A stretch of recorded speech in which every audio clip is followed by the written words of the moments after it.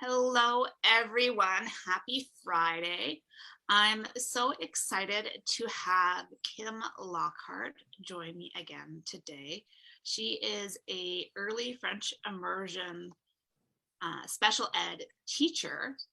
And today we're talking more about what she does in the classroom to help her support her students.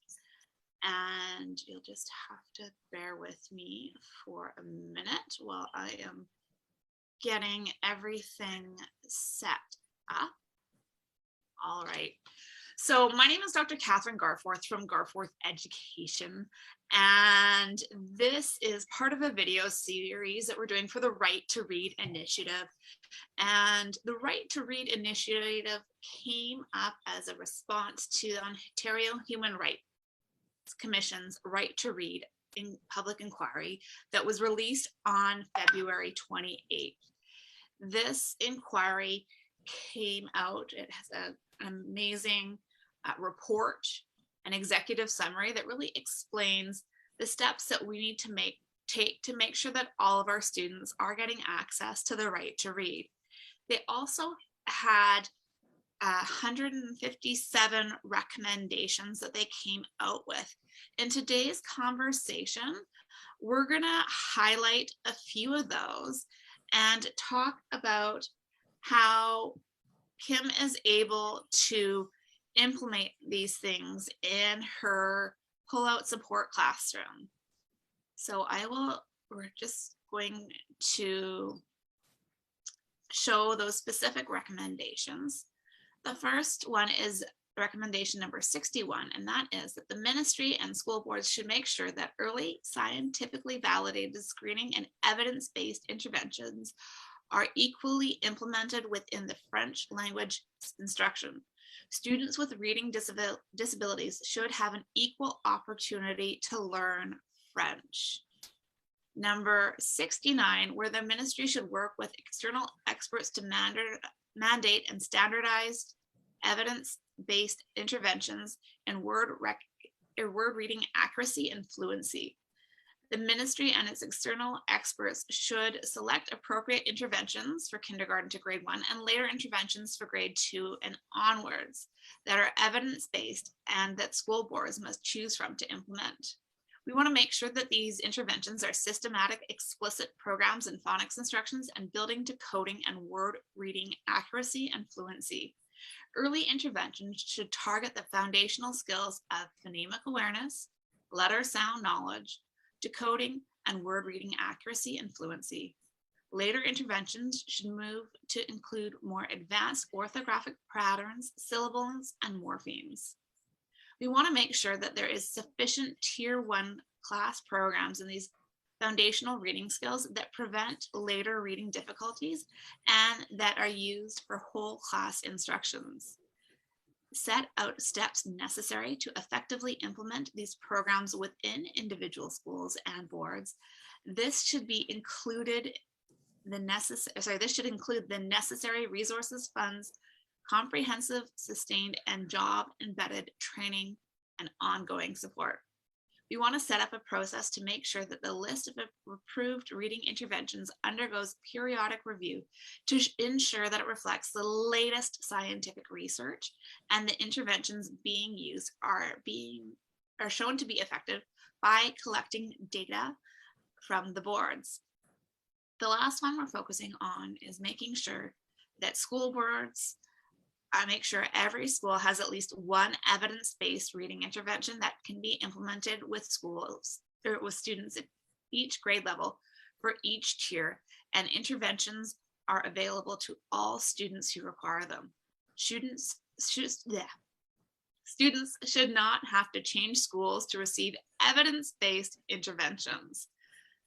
So these 3 recommendations really addressed making sure that all of our students get that quality instruction at their neighborhood school and that they are not forced to move out of a French immersion program to learn how to read. We want to make sure that they have access to the support that they need to learn.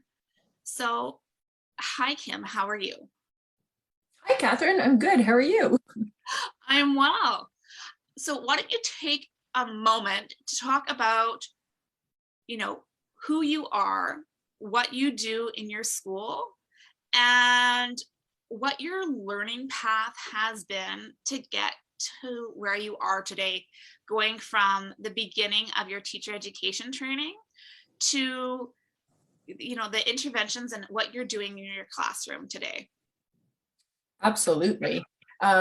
So I have been teaching for 22 years, which is crazy. I graduated from a concurrent education 5-year program back in the day in 2000 and graduated as with my B.Ed.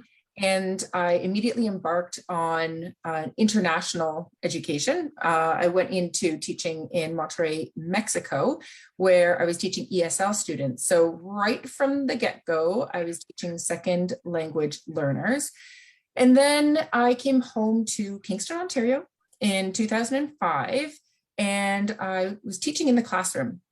I was teaching grade a split 2-3, and I remember walking into my classroom for the first time, and there was very little in terms of resources. So a lot of the resources that I had to make myself. And I collaborated with some staff members, but a lot of the things they were using were resources that they too had made themselves. And there was a big push for in the English program, something called balanced literacy, or the resources they were provided aligned with balanced literacy by Fountas and Pinnell and Lucy Calkins. And of course, those were not available in French. So fast forward 6 years, and in 2011, I decided to leave the grade 2-3 classroom, and I took the role of student support teacher at the school where I currently am now. It was a dual track school, which means it was half English program, half French program, but we're now strictly an all French immersion school. And so all of a sudden I went from classroom teacher to the so-called expert of reading, because I was the SST. In different boards, it's called different things. I know I think in the Toronto board, it's called an LRT. Sometimes it's called an SERT, but I was basically the person who was to do the tier 2 interventions, help those struggling kiddos with their reading skills. And I very quickly realized I didn't have any extra tools in my tool kit than any of the other classroom teachers. So I had gone from the grade 2-3 classroom into, I don't want to say a specialist role, but I was sort of expected to be the reading expert, but I had no other qualifications other than what the classroom teachers had. So I think there was a mindset that these kiddos would become more fluent readers if they were in a small group ratio. And after doing the role for 1 year, I was like, this isn't working. What I was doing was I was using the strategies that were taught to me, which were looking at the pictures, asking the kids to get their lips ready for the sound. But if the sound was not familiar to them, they couldn't exactly get their lips ready. And so I thought, wow, I actually don't know how to teach kids the mechanics of reading. Like I said, the strategies and methodology that I had been trained to use was not working for this group of students. So I thought, okay, I'm going to continue my education. And I did my master's at Queen's University here in Kingston. And I did a 2-year MEd program with a research focus that I really want to take back into the classroom with me, because at the end of the day, I love my job as a classroom teacher. So I wanted to do my specialist in evidence-based strategies to support struggling readers in French immersion programs in Ontario. Very long title. That's what it is. And in my research, I discovered UDL, Universal Design of Instruction, but I also learned about the Orton-Gillingham approach to teaching reading. However, what I couldn't find was how the OG approach worked for students in a second language classroom. All of the research was how OG works for students in English language programs. So I thought, I'm going to tuck this away, and went back to the classroom after doing my MEd applied some of the strategies that I had learned in my master's, and shared those strategies with parents because I really wanted the strong parent connection. And later in 2018, went to do my Orton Gillingham training with Lisa Freur in Toronto. She is a OG fellow. I believe, I could be wrong, don't quote me, but I think there's only 2 or 3 OG fellows across Canada. And we were lucky enough, I was only 2.5 hours away. So I did an intensive 2-week OG training with Lisa and got my classroom educator certificate. Now the training was all in English, but the strategies applied to other languages. So what I did was I took a lot of these strategies that I learned in my OG training, brought them into my classroom, and oh my gosh, it was incredible, the difference in my students' reading abilities. Like all of a sudden, those kids that I really wasn't able to target using those, look at the pictures, because the kids that I was working with didn't have the vocabulary to guess the pictures. And I'll talk about that later with decodable text. So I really thought this is what we need. We need these, what the kids needed was this explicit, systematic, direct instruction that used their eyes. It was visual, it was auditory, it was oral language. And most importantly, it was, I say multi-sensory, but they were manipulating the sounds. I'm not talking about, big foam parties or anything, but they were, writing the sounds. They were writing decodable text. And it was earth-shattering. In my little world, it was earth-shattering. So since 2018, I have been using a structured literacy. I'm going to use the umbrella term structured literacy because Orton Gillingham approach does fall under the umbrella of structured literacy. And I've been using the structured literacy approach in the mainstream classroom because I just want to emphasize that these strategies aren't just for kids in tier 2. Yes, I do work with kids in tier 2 in the small groups, but I also teach in a kindergarten class some of the week. And I also teach in a grade 1 class part of the week. So I implement these strategies in the whole kindergarten classroom, and I implement them in the grade 1 classroom in a social studies subject area that I'm using, because structured literacy it's not this little, tiny chalk of time or this tiny little period of time, but it can be threaded through all the subject areas. And, I really, if anyone out there is listening, I want you to know, if you're teaching math, if you're teaching science, if you're teaching social studies, there are certainly elements of a structured literacy program that can be embedded in these other subject areas too. So what I have noticed is a remarkable difference in kids' engagement. They're successful when I use this approach. They're more motivated to learn how to read in French in a second language. And at the end of the day, I do it because it works.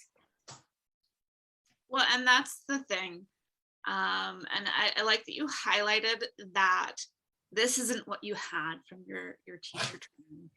And I think that's a big thing to recognize and acknowledge, because, as a new teacher, you go into the classroom, all right, well, I've got to use what I learned in my training.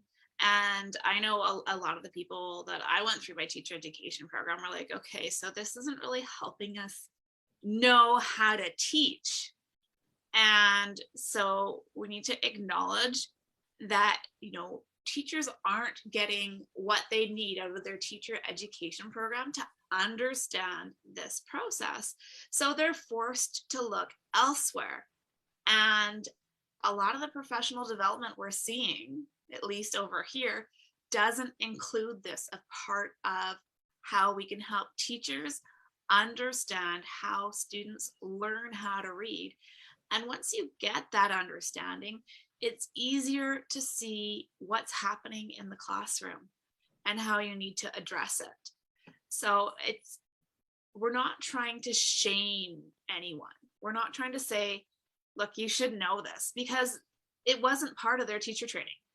And you have to take like a step back and say, okay, this was what I was prepared with, and this is what I came to the table with, but things have changed.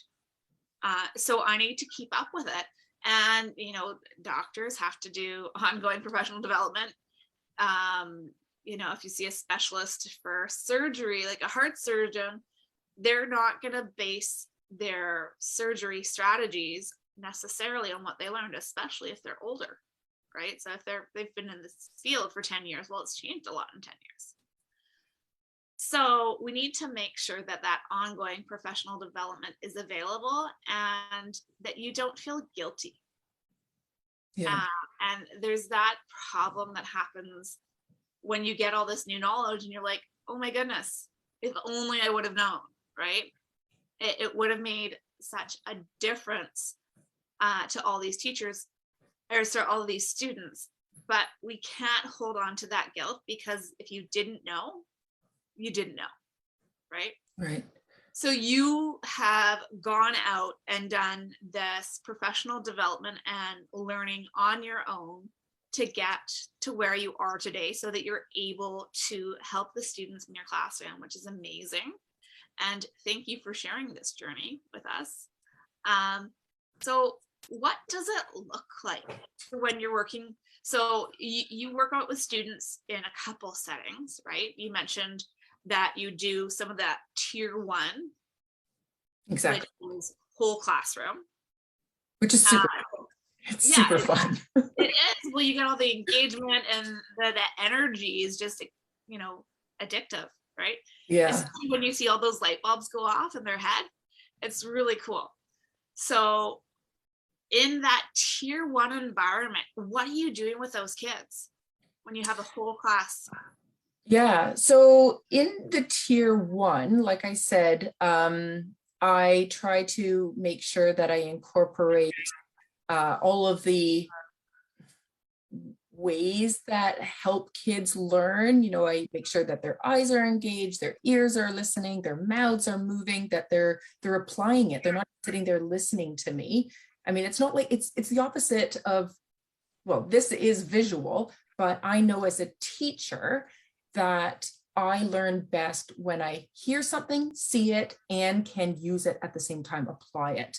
And so I try to apply that same strategy, that same instructional strategy with my students too. Like, I tell them what to do, I show them what to do, and then I have them do it. So there have been a number of different, in the Orton-Gillingham approach, it is extremely, extremely strict and very, very, very prescriptive.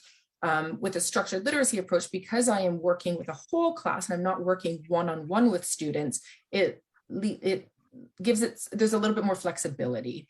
And so, but I do have a routine that I do every single day. And with every whole class, and I speak to the whole class, and then I'm going to speak to what I do in my small reading remediation group. So in the whole class setting with my kindergarten kids, there's 29 of them, and it's French immersion. I have an ECE in the room with me. Nick, he is educator. Early childhood educator. Thank you for clarifying the acronym. I am so lucky to be in a school with incredibly supportive classroom teachers and incredibly, incredibly supportive early childhood educators too, who have seen what I've been doing and they have embraced it. So when I'm not in the kindergarten classroom, I know that they are continuing that structured literacy approach between days that I'm there, because I'm only there on a part-time basis, because the rest of the time I'm teaching in small groups. So in the large group setting, I always start with a visual drill. And you can do visual drills in many different ways. Some people use code packs and show letters. I often like to use magnetic letters. Now, I apologize to the group. Les majuscules, or the uppercase letters, are not ideal. If you think about print, kids see lowercase far more than they see uppercase. So I have all of my lowercase ones in the classroom where they should be, not here at home. But I do use magnets, and we take a look at the letters or the graphemes, and I have the kids say the sound that the letter makes. I do present majuscule as well as minuscule, because they have to recognize both uppercase and lowercase. but majority of time I do prefer the lowercase. I also, and this is an Orton Gillingham strategy that I learned in my training with Lisa, who is phenomenal, by the way, and they're called flip books. And so in the whole class setting, I love using I have here Phonemic Awareness flip book at Rideau Public School. It's a tool to support student phonological and phonemic awareness skills. So phonological awareness skills, by definition, are it's sound skills. We're talking about sound skills, the fact that words are made up of sounds. And phonological awareness skills include syllable division and rhyming and onset rhyme. And phonemic awareness skills falls under the umbrella of phonological awareness. They are the individual units of sound. So one sound, rather than parts of words. So like rainbow, if that's a compound word, rainbow, but the word rain is actually three sounds, a, n. So that's the difference between, so phonemic awareness is a more specific skill. So what I do in my large group setting is I use a flip book, and we will take a look at these letters. Hello. And so I will say, okay, mes amis, qu'est-ce que c'est ce son? And they'll say b, and I'll say, oh, we need to snip it. It's not b, because if you're spelling the word ben, and I say, spell the word ben, and they go b, and then they at the end, ben, we want to make sure that they hear that clean sound. It's b, not b. And then I'll say, hey, qu'est-ce que c'est? And they'll say ah, and then we blend the sounds. And then what I'll do is through my flip book, I will change, usually if we're beginning, we change the beginning sounds, because changing beginning sounds is a lot easier than changing the second sound. So we'll start with b, a, ba, and then k, a, ka. Now, if they say s, I'll say, you're right. La lettre C fait le son s, but that would be a separate lesson to talk about. When does the letter C say k, and when does it say s? So you have to be aware of that the kids are right, that it does make two sounds. We go d, a, da. And then a more advanced skill would be some of the changing the second sound, like d, e, d. Sorry, it's far cleaner in the classroom than it is doing it on a computer. D, e, d, d, o, do. And they might say, Madame, that's like the word dodo. Like, I'm going to take a nap, dodo. And they're like, great. Because what we want for them to hear, these are syllables. We're only doing syllables. But if we do like d, that's correct. Or sorry, the sound duh, or the word duh, means two. I want them to hear that. Is it spelled correctly? No, it's not. It's la lettre d, u, x. But this isn't talking about, we're not talking about spelling or encoding right now. We just want them to hear the individual sounds and words, so that when they go to write the word de, so say de personne, they can hear the d and they can hear the It's not, it's called a schwa. It's when one letter says duh. It's not, it's d. It's that snippy d sound. And then as we progress, they get more and more, we progress with the more complex. And so what I would do in the whole group lesson, this is d, o, do. And then we would change the first sound to like p, o, po. And I would also ask them, like, okay, mes amis, I'll say it in English, but if I change p to f, what do we get? And so that is phoneme manipulation. What I want is for them to understand that the word po, which in French means skin, one phoneme or one sound can drastically change the meaning of a word. So if we change p to v, oh, there it is. V, now we have not skin, but a baby cow, a calf. So like the kids think this is like magic, that, by changing one sound in a word, we're changing the whole meaning of the word. And also part of a structured literacy approach is not just phonological awareness and phonemic awareness skills, but it's the phonics. It's matching those sounds to letters. And I'm afraid that, there's this big push for, doing sound skills in the dark. Well, I don't know about you, but I'm not able to read words and read text in the dark. So I really emphasize when we do our phonological awareness skills and our phonemic awareness skills that we're kind of killing two birds with one stone. We're doing the sound skills with the visual. And research shows that students who are most proficient at phonemic awareness skills are those who have the phonics too. So if I say to you, change cat to bat, and you say, oh, you change this, you're visualizing that letter C and that letter B.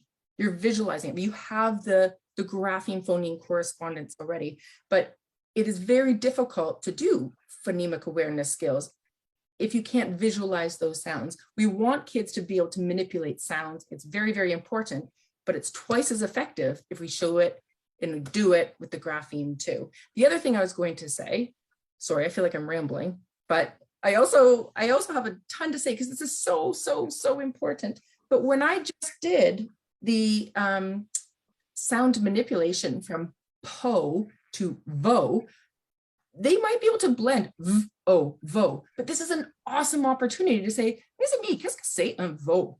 Or qu'est-ce que ça veut dire la po? Because what's happening, I find, is that kids are becoming excellent decoders. This flip book is an amazing way to really practice those sound skills, phonemic awareness skills, phonics skills, but we need to make sure that the kids understand what they're reading. They're not just decoding.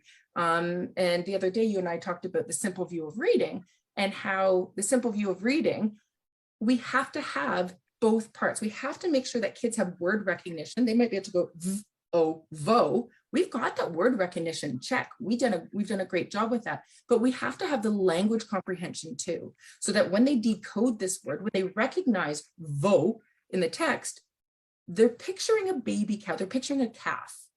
Because what's happening is children are reading now or decoding, but we're missing the vocabulary piece. They actually, a lot of them are struggling with reading comprehension because they don't know what the words mean in French. Especially in that immersion setting, right? So you can use those teachable moments. Exactly. And I want to highlight that you're starting with CV or consonant vowel, onset rhyme, instruction. You're starting with it easier, but I'm assuming as you move along, you'll do the CVC. And we're talking about graphemes, not individual letters. So as we saw with the vowels, that can be one grapheme that's representing one phoneme. So we're talking about how there can be like digraphs and trigraphs that still represent one phoneme. Exactly. Like, and French is a little tricky. We have sounds that are represented by multiple letters. And I know we do in English too, like j, like judge, fudge, is it DGE or is it GE? And there are rules for that, just like there are rules for French language spelling too. Can I actually just jump in and talk about one other thing? So when it comes to the whole class, we do the flip book and we do that visual drill, but also we need to do the auditory drill. And that is what I call a seesaw approach. That's not an official term. I don't know, I just made it up. But if you do one, which is decoding, and they see the letter and they say the sound, we need to make sure we do encoding too. We want to make sure that we say the sound and they can place the letter. So one great way that I do that, well, there's a number of ways that I do it, but if it's the whole class setting, I'll say, okay, mes amis, Madame's going to give you a sound now, and I want you to do a big drawing in the sky, what that looks like. And immediately I can see which kids are doing reversals. I can see immediately which kids are starting from the bottom and going to the top. I can see which kids are just sitting there and they have no idea what I just asked them to do. And so I want to make sure that every time I have them do a visual drill and have them say the sound to match the letter, that I'm also saying the sound and they have to draw the letter too. So one great way to do that is with these very sophisticated Dollarama whiteboards, very sophisticated, and my husband's old socks. And so what I end up doing is, he doesn't know I've taken them. He's like, where did all my socks go? So what I do is I have the kids put a sock on their non-dominant hand. And so this is actually a really great little quick and dirty diagnostic. Do they know which hand they write with? Because sometimes they're like, well, maybe I write with both hands. So immediately I know which kids have already determined which is their dominant hand. So we have their hand with the sock is their non-dominant hand. And with their dominant hand, they're going to write the letter that matches the sound I say. So at the beginning, I'll do something easy like, okay, listen for the sound, ah, like acrobat. And they're gonna do ah, hopefully. But some of them might do this, a stick with a circle. And I'll say, okay, mes amis, and then I'll explicitly teach them that la lettre A, on commence avec la lettre C. It's a magic C letter. On commence avec la lettre C, et puis on fait la queue. We do the tail. And then, because what ends up happening is kids just do this sort of exploratory letter writing. So, you know, people might say, oh, that's fine. They're just, you know, inquiry-based exploring with their printing. But when we say, okay, maintenant, Madame va dire le son B, écrit B. And they're like, oh, I think that's the one with the line and the ball. Okay, I'm going to do the line and the ball. And you're like, ooh, I'm sorry, but that's the sound D. But if they only see it as a line and a ball, they're never going to be able to differentiate B from D. And there's a big difference. So I explicitly teach them how to print the letter B. And we start with le bâton. And we do le bâton. We always start with le bâton. Et puis on fait la balle. And then we do it 3 fois. B. And we say the sound as we draw it. B. B. And then I'll say, maintenant, on va faire la lettre ou le son. We're going to do the sound D. And I show them that it starts with the magic C. The letter D has the magic C in it because D comes after the letter C. And we do D. Start with the magic C. And we go D. We say it and we print it 3 times. D. D. D. So when they go to decode, when they go to read the sound, they go B and D, because now that they've printed it, they see the magic C in the letter. No longer do they just see it as, oh, it's a line with a ball, madame. They're like, no, that's D, because it has la lettre C. So teaching explicit instruction and how to print letters is fundamental, because a lot of our students, especially those with dyslexia, have a difficult time differentiating between letters.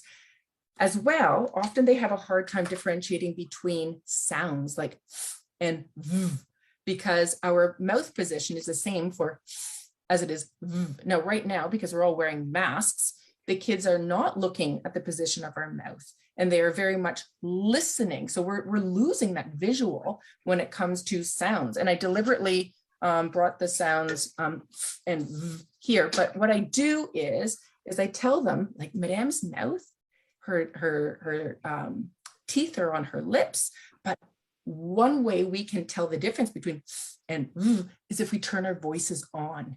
And this is something I learned in my OG training with Lisa, is the importance of teaching kids how their throats and their mouths and their tongue and their teeth position is important in the sounds of words. So if you do and you have your hand on your throat, there's no vibration. But if you go, all of a sudden, there's a vibration sound. So I often have kids who have a hard time, you know, differentiating between and open and closed sounds. They will put their hand here on their throat. So, you know, you can do that in a whole class setting, but you can also do that in a small group setting for the kids who maybe just get lost in the whole group. They're very distracted. So those kids, when you're doing your whole group and you're saying, okay, mes amis, on va écrire le son D, and you can tell that they haven't quite mastered, it's the one with the magic C in it. Those are the kids, while the other kids are doing their centers and an FDK. I don't know if you have FDK in BC or not, but here in Ontario, we have the play-based kindergarten. The kids are doing their centers. you can pull those 5 kids aside who had a difficult time with that concept, with that whole group lesson. And that is the way I do like a MTSS approach, like a multi-tiered systems of support. You teach the whole group and you immediately see, okay, these kiddos, they need extra practice. And that's when you pull them aside and you work intensively with them in that small group on the same skills and concepts until mastery. Exactly. And you provide that the scaffolding support because you identify that they need it longer. Exactly. And more intensive instruction, and maybe that proximity too. And sometimes I wear a shield and I pull my mask off so they can see my mouth, because like right now with COVID, you have to wear your mask. But if I am a certain distance away from the child and they can't hear the difference between and I'll say ma, and they say nah. And I'll say, oh, look at Madame's mouth. It's look at where Madame's tongue is. It's kind of gross, but look at where Madame's tongue is when I say it's at the roof of my mouth. And that's where I just want to give a shout out to the speech and language pathologists of the world and the CDAs, the communication disorders assistants. The CDAs are just gems. And I feel like we need to utilize their expertise a little bit more in the classroom, because they are the ones who help the kids with the articulation piece, and which is the foundation of the reading process. If kids can't say the words, they're going to have a very hard time decoding the words and later spelling the words if they can't pronounce the word correctly. Or the sound, sorry, if they can't pronounce the sound correctly. Yes, of course. And that's a very important thing to be aware of. Now, so we've talked about the tier 1, or the whole class, and how we can implement that tier 2 within the classroom. But how are the students that you take out for pull-out support identified that they need that extra help with you on that external setting? I love this question. I'm so excited about this question. So the way I do it is at the beginning of the year, if I'm really on the ball, it's at the end of August, I put a referral form in each of my teachers' mailboxes. We have 17 incredible French immersion teachers at my school. And over the course of the month of September, they're doing some diagnostic assessments. They're doing some observational assessments. They're doing phonemic awareness assessments. And there are, I think, a hodgepodge of different assessments that are floating around in Ontario. I don't know what it's like there in BC, but I know that teachers are pulling different assessments off of Pinterest, sometimes going to Teachers Pay Teachers. Some are using Dr. Kilpatrick's PAST assessment. We have an amazing assessment here in Ontario that was recently developed by Una Malcolm, Nellie Caruso, and Lindsay Cochran. And they are the dream team. Una Malcolm is doing her Ph.D. at Mount St. Joseph on the science of reading. And Nellie Caruso and Lindsay Cochran are French immersion teachers. They're in the classroom, they're working with kids. And together, the three of them made this amazing resource with a screener to screen the kids who are at risk for reading difficulties. And so using a screener, and I'm not talking about an assessment, we're not saying this kid's struggling. Yeah, we know that kid's struggling, but we want to know what are the next steps. And so not only have they developed a screener, but they've also developed the interventions to help move that child or those children forward. So I love the resource. It's called Phonemic, and I will send it off to you at the end of this.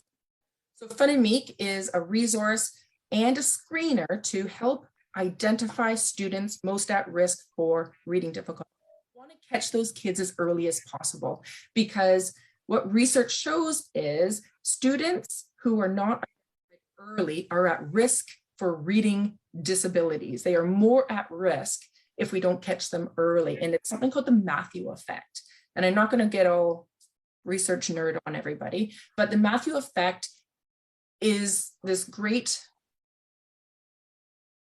model for showing how students more or less come in on the same playing field early in their academic career. And those who are struggling coming in for whatever reason, maybe it's a learning disability, maybe it's the home environment where they haven't had the oral language rich, experiences that some may have had. If we don't catch those kiddos early, the ones who are strong to begin with are going to soar while the others never catch up. So what we want to do is we want to catch those kids as quickly as we can, intervene as quickly as possible, and provide them with the interventions they need as quickly as possible. But what's happening in Ontario is we are screening those kids in kindergarten, and we are waiting until they are drowning. We're waiting until the gap is so severe that, I don't want to say it's the point of no return, but there is no way that a child in grade 6 is going to catch up to his or her peers if they haven't had interventions until grade 6. And what's happening is, in the French immersion program here in Kingston, Ontario, where I work, we are not giving kids psychoed assessments until grade 4. And often it's not until grade 5, or sometimes as late as grade 6. Last year, we had several kids in grade 6 who got their psychoed assessments. And by that point, they were 7 years behind. And that is criminal. No good for anyone. It's no good for anyone. So go back to the screeners. What I do is I put these referral forms in the teacher's mailbox. I say, please tell me who is struggling with, and I list them, because sometimes our teachers don't know what to look for. If you know the characteristics or the identifiers, the things that, I can't think of the word, the at-risk factors, that's what I'm looking for, factors for dyslexia, then teachers will say, oh, well, they just got a, GB plus 6 and they could be at a 10. I'm like, yeah, but that doesn't tell me like what they need for remediation. So I recently did something called Acadience, and Acadience is a research-based screener, and it helps us identify students most at risk for reading disabilities and reading difficulties. It doesn't diagnose. And I just want to clarify that, because I don't want anyone coming saying to me, you said it diagnose a 5-year-old. And the thing that we also need to mention, that this screening isn't like an hour per kid. No, exactly. Right?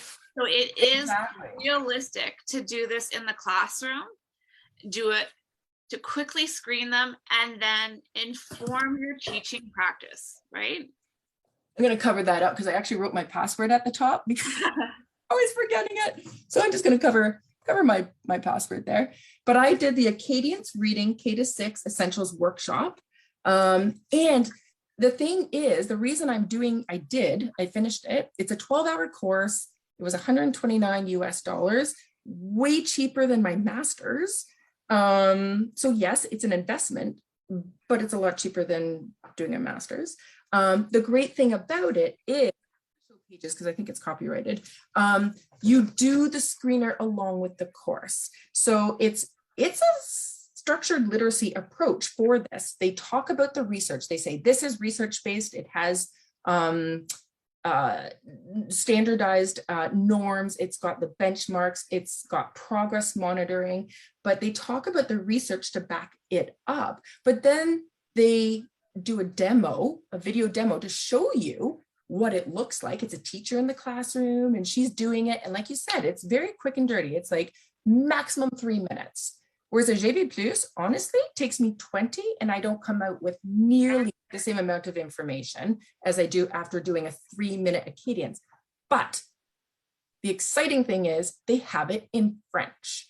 So it's called EDAPEL. So Acadience is actually based on a research-based assessment that I knew about ages and ages and ages ago. It's called DIBELS, and it's based on the University of Oregon. And Acadience has purchased the license for DIBELS. DIBELS still exists, but Acadience purchased the license for this and have now created EDAPEL, and it's spelled, it's an acronym. I don't know what it stands for, capital IDAPEL.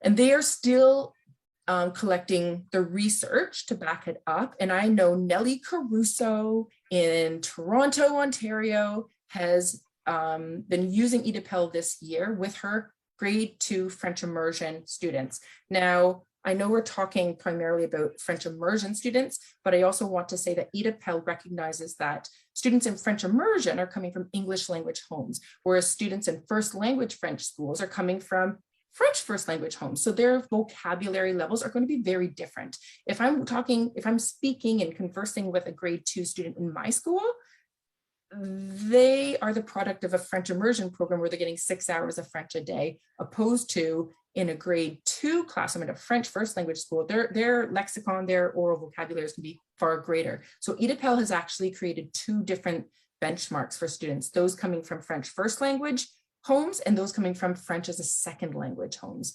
So I have not done the EDAPEL training yet because I really want to do it with other people at my school. I feel like this is not something that I should do alone, but I feel that if we're going to build teacher capacity, which is what we need to do, we need to have this done in the classrooms. This isn't a huge cycle investment. This is not this is not expensive.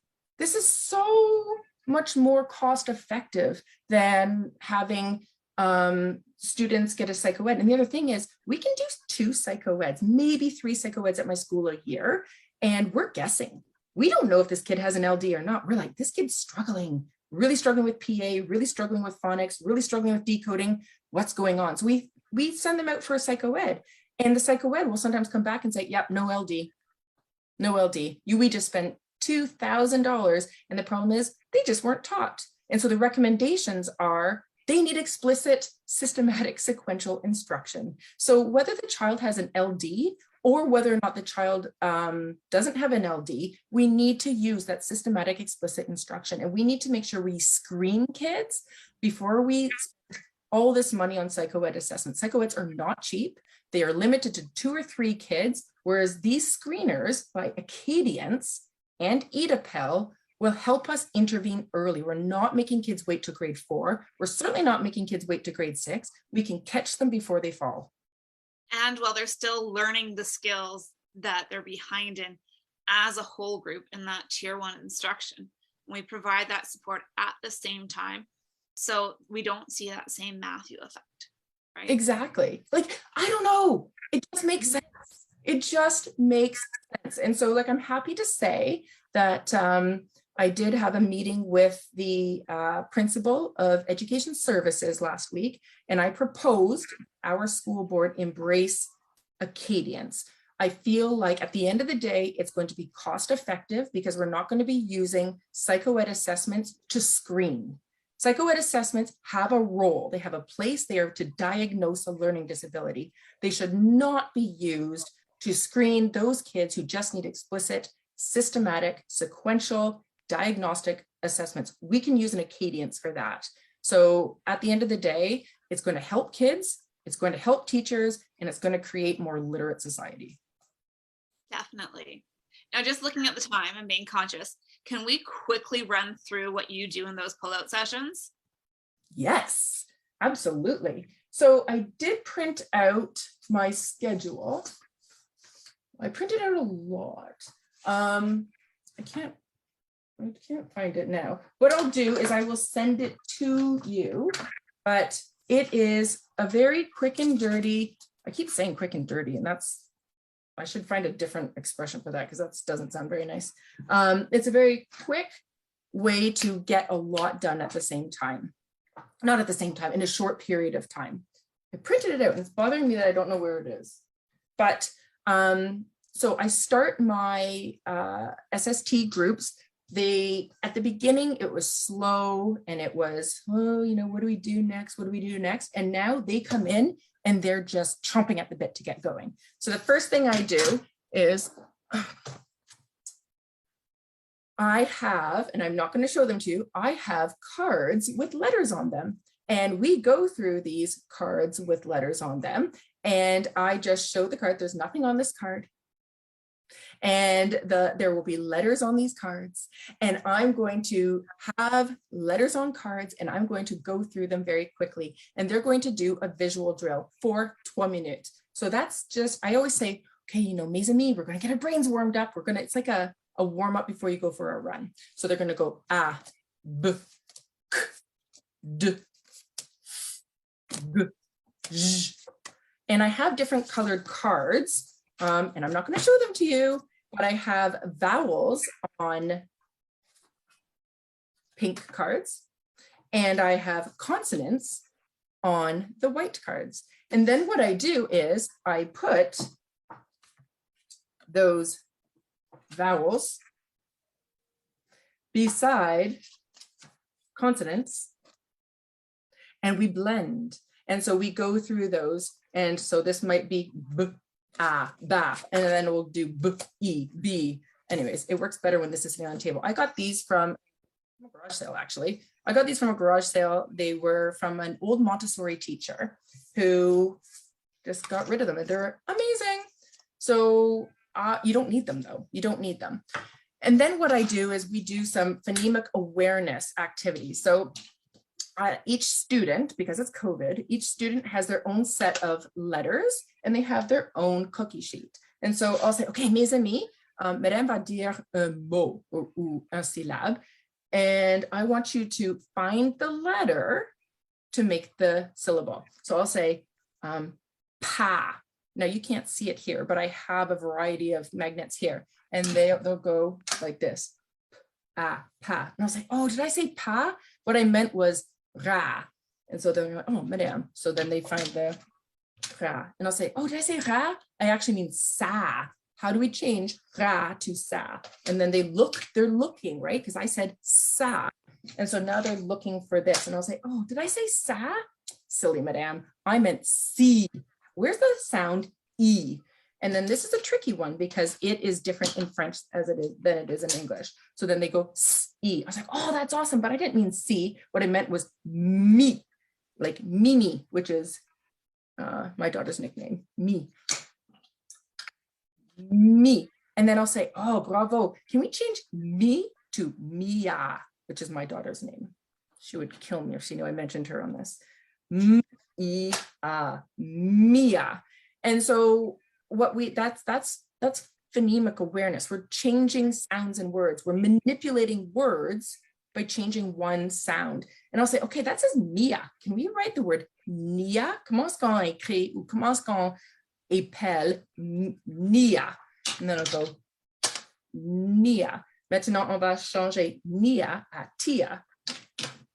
Tia. And then I do that for like 3 minutes. So now we've done the decoding, and this is the exciting part. I get excited about it. Maybe other people don't. This is where I bring out my sky grass ground strip. So these are not crazy resources. You can go on Google and you can print these out in color, and then you can get my laminated, the hard laminated things at Dollarama. It's a great Saturday night activity in front of Netflix. And then this is where I'm going to say, okay, mes amis, I heard you. You read the word, now I can't remember, ta. And so I écrit ta. And I'll say, actually, let's count the sounds in the word ta, because I want to hear them. And I'm going to make a mistake because kids make mistakes. And they go t, a. I'm like, oh, is it t or is it t? Because t looks very different than t. And they'll say, oh, madame, it's t. You knew what I meant, madame. You knew what I meant. I'm like, well, you have to say it correctly. So then they'll write ta, and I'll go t, a. And this is, now I made it look easy, but it is crazy how much instruction I do to get to this. This probably might take 5 minutes because not all of them, but some of them do this. They start at the bottom and they just go up there. And I'll say, when I go to the park, I don't know about you, but I don't like to sit in the clouds. I like to sit on the grass. Our letters like to sit on the grass too. So then they go like this, and they start at the bottom, we go to the top. And I'll say, you know what? When I sit on the grass, I start standing up and then I sit down. And our letters have to do that too. Our letters have to start standing up and then go down. And then their A, I remind them that it's a magic C letter, ta. And then I'll say, bravo. Maintenant, on va changer ta à T. What letter says E? And then we go T, E, T. And then I'll say, change T à me, E. And then I'll say, remember that 3 sound word we did? It's Madame's daughter, Mia. Let's count it together. And this is called SOS Spelling. SOS Spelling is an Orton Gillingham strategy. And it's also very highly promoted by Richard Gentry. Richard Gentry is the author of a book called Brain Words. And he had this awesome podcast that I listened to the other day. I was like, oh my gosh, I do that. Yay, I'm doing something right. And SOS spelling is when you say the word, the teacher says the word, and you have the student say it back. And so I would say Mia, and the child would say Mia, because if they're saying Mio, I want to make sure that they are pronouncing the word correctly before I have them spell it. So if I said, Nia, and they hear Mia, that's going to be very different. So I want to make sure that they're saying Mia. So they repeat it, Mia. If they say it incorrectly, I correct them until they can say it correctly. And then what I say, that's right, it is Mia. How many sounds do you hear in the word Mia? And this is where the phonemic awareness skills come into play. We want to make sure that they can hear the individual sounds in the word. So I say Mia, and I immediately picture the letters, but I need them to segment the word into sounds. E, ah. And they count the sounds on their fingers. If they can't do that because that's really hard, then if they can go E, ah, that's great. But I do want them to hear 3 sounds. And so often what I'll do is I'll do this. I have 3 spaces here. E, ah. I was like, awesome job. Can you draw the letters that match the sounds that start E, ah? Can you draw the letter that matches each sound? So they'll go And this is not a lesson in the fact that it's a proper noun and I have to do a capital M. That is important. You want to tell them that it's a proper noun and that it needs a capital. But right now, this is a segmenting lesson. We're not doing a lesson on grammar right now. Tell them later that names of people start with capitals. That's so important. Kids should know that names, that they are important people, and names should start with that. But right now, we're just wanting to segment this sound into its phonemes. E, ah. All right. So I'll say, all right, read it back to me. And they're going to go, Mia. And I'm like, oh, you know what? Let's take a look at this second sound. So it's hard to do on the computer. Let's look at the second sound. Do you remember that when we were doing that in our code pack drill? What sound does this make? And they're like, that says Or if they don't remember, you can say, that says In French, la lettre fait le son What sound says E? And I'm just doing this because this happens all the time. E, ah. And so we really want to remind them that en français, la lettre I fait le son I. It says its own name. I, ah. And then the final step of SOS spelling is they read it aloud. Mia. And then I might say, if the kid didn't struggle with the letter E, like I just demonstrated, I might say, you know what, Madame, you're so smart. You are so smart. Madame's going to tell you something else, that when we talk about people and their names, people are very, very important. So we want to do that with a majuscule. Oops. That is how we spell Madame Lockhart's daughter, Mia. She's a very important person. So we want to make sure that we put that with a majuscule. And then at the end, and I know we're getting close to the end. I have to go see Mia in her final show. So now we've done a visual drill, auditory drill, we've done decoding, we've done encoding. So now this is the beauty of it. Now we have done syllables. Oh, I'll show you. So I have written with my students decodable text. I am sort of shying away from the word decodable. And if anyone out there is listening, you can argue with me about this, that's fine. But I'm trying not to say decodable text anymore, because what's happening is parents are going out and they are purchasing decodable text. They're going to Indigo, they're going on Amazon, and they're buying Bob books. And I'm saying, Madame, you said these were decodable. My kid can't decode them. Well, no, there is no magical book out there that's going to teach your child to read. They're decodable because you have done the legwork and you have shown them the grapheme phoneme correspondence, or, the letter sound correspondence. So they're only decodable when you have taught them the code. So this is my decodable text because my students can decode it. And I built this over the last 8 weeks with my small remediation groups who were struggling with simple sounds. So we start with les syllabes. I have ba, da, fa, ga, ja, ka. I have all the syllables. And then I also have ones with blends. Kra, fra, pra, gra, bla, bra. And then we have les mots. We have decodable words. A, m, e, ami, p, pa, pa. So we have Gaga. The kindergarten teacher in my school loves Lady Gaga, and he was so excited that Lady Gaga was a decodable word. So Gaga made it on there. So this is decodable because we have spent 8 weeks learning the code. If I just give a child a quote unquote decodable book and they haven't been taught the grapheme phoneme correspondence, they're not going to be able to decode it. So I have been using the term controlled text because I control the letters that are in that text. So that is the big woohoo. And after they read a sentence or even a paragraph, they are so proud of themselves. And what's the skills to use and they're seeing the point of the exercise. Yeah. Awesome. Well, thank you so much for sharing what you do. There is one question asking whether does the Borel-Mason method work also. I'm not familiar with that method. Borel? I can't see the question. If it's under the Q&A. Oh, look at that. I didn't even know that was there. Does the Borel-Masonry method work? I've never heard of it. Yeah, sorry, I don't know. I'm not familiar with it, so I cannot speak to it.